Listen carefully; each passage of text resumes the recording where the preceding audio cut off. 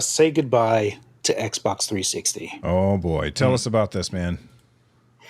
So the good news here is that the the backwards compatibility side of things is still going to be available on the Series store. So you will still be able to get every Xbox 360 backwards compatible game via the Series store after the Xbox 360 store closes down. This is exclusively for on your Xbox 360 original hardware. Going on the Xbox 360 store, all of the digital content that you could potentially buy from there will be going away. However, everything that you have purchased before will still be downloadable to your 360. So this is kind of an end of an era. We're kind of like, just kind of pour one out for that console, because that was a fantastic console. I really felt like everyone that got it there, that team on Xbox were banging on all cylinders, and they did a fantastic job of just making everything as best as they possibly could. And I really loved my 360. So, yeah, it's pretty bittersweet to see it go for the old stuff insofar. But obviously, if you have the discs, those will still work. But yeah, it's good to know that the series side of things are still up and available. But yeah, pour one out for the OG. Yeah, when Sony tried doing this with PS3, there was a bit of a backlash, and they ended up saying, "All right, fine, we'll leave it going," and then they ended up shutting down PSP stuff instead, even knowing that was going to tick people off. And I would say that it makes a lot more sense to be mad at Sony about that, because they're not as good at backwards compatibility stuff as Microsoft has been. Like, correct me if I'm wrong, and I've been wrong a lot. But the Xbox Series can play Xbox One, Xbox 360, and Xbox games with very few exceptions. It's only a permitted list of games that they have that you can play. Oh, okay. So I was wrong. But the only reason that they have that really is for licensing reasons and working with publishers to allow that list. But even for like the Xbox 360, they had backwards compatibility to the original Xbox. Right. So the cool thing about that is on hacked Xbox 360s, you can remove that limitation and pretty much emulate every Xbox game. There will be some that don't work as well, but you can see by basically hacking a 360 that removing the limitation, Microsoft's implementation for both are fantastic. Even like when you take a look at the Xbox One with AMD Jaguar cores emulating Xbox 360 is outrageous how it does it.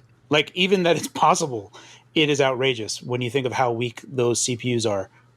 So there's some really special sauce going there. But yeah, Microsoft does very good with legacy stuff. Kyle, we've talked about this a bunch of stuff. How do you feel about this with like the disappearance of games and game preservation? I know that you feel I know that I feel very strongly about this.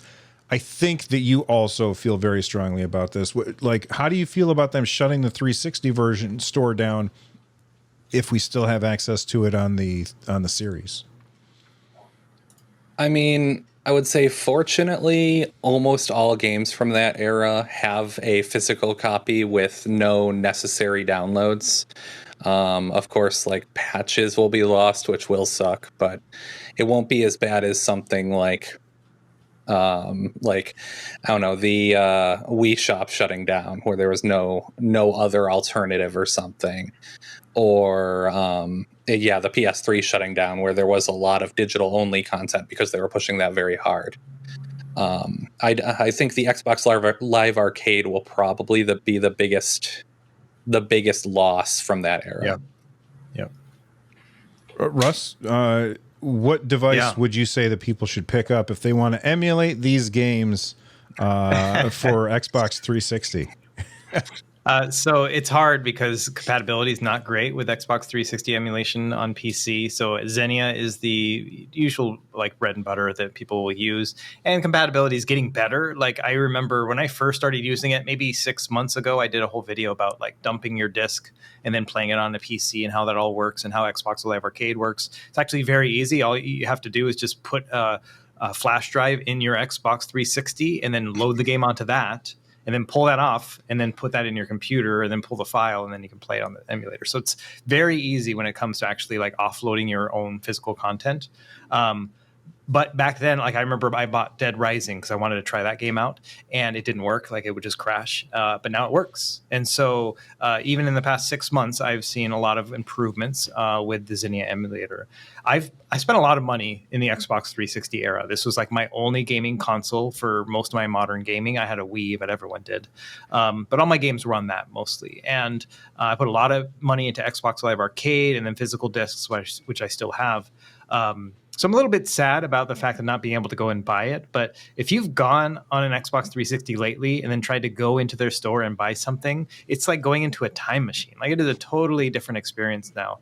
And so as much as I miss the idea of like, oh, I'm going to lose that part of my life that I, spent so many years in, it really hasn't held up very well. I'm really more than anything, I'm just thankful that Microsoft has kept it going in terms of just having backwards compatibility. I've never really worried about, oh, I bought this game and I can't play it anymore. Like that's not really a thing on Microsoft. Like that's a pretty awesome experience, And yeah, I think if anything, among the three big companies, they're probably doing it the best. Yeah, I would agree with that. Absolutely. It's funny. You talk about like loading up your Xbox 360 and it's kind of like a time machine going back. I watched this video today.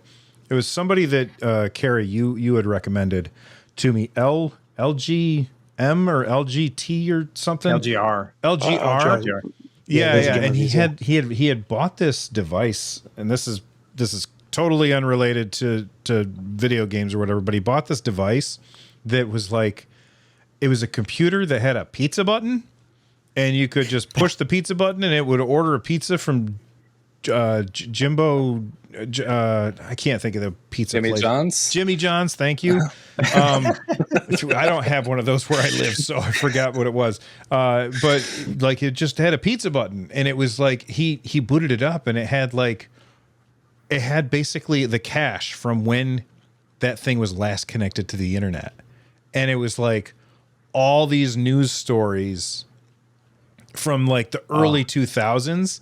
And I was just I was listening to it today while I was shooting B-roll for a video, and I was just like, man, that's so cool. Like going back in time and seeing this technology, which at the time was like, wow, this is amazing.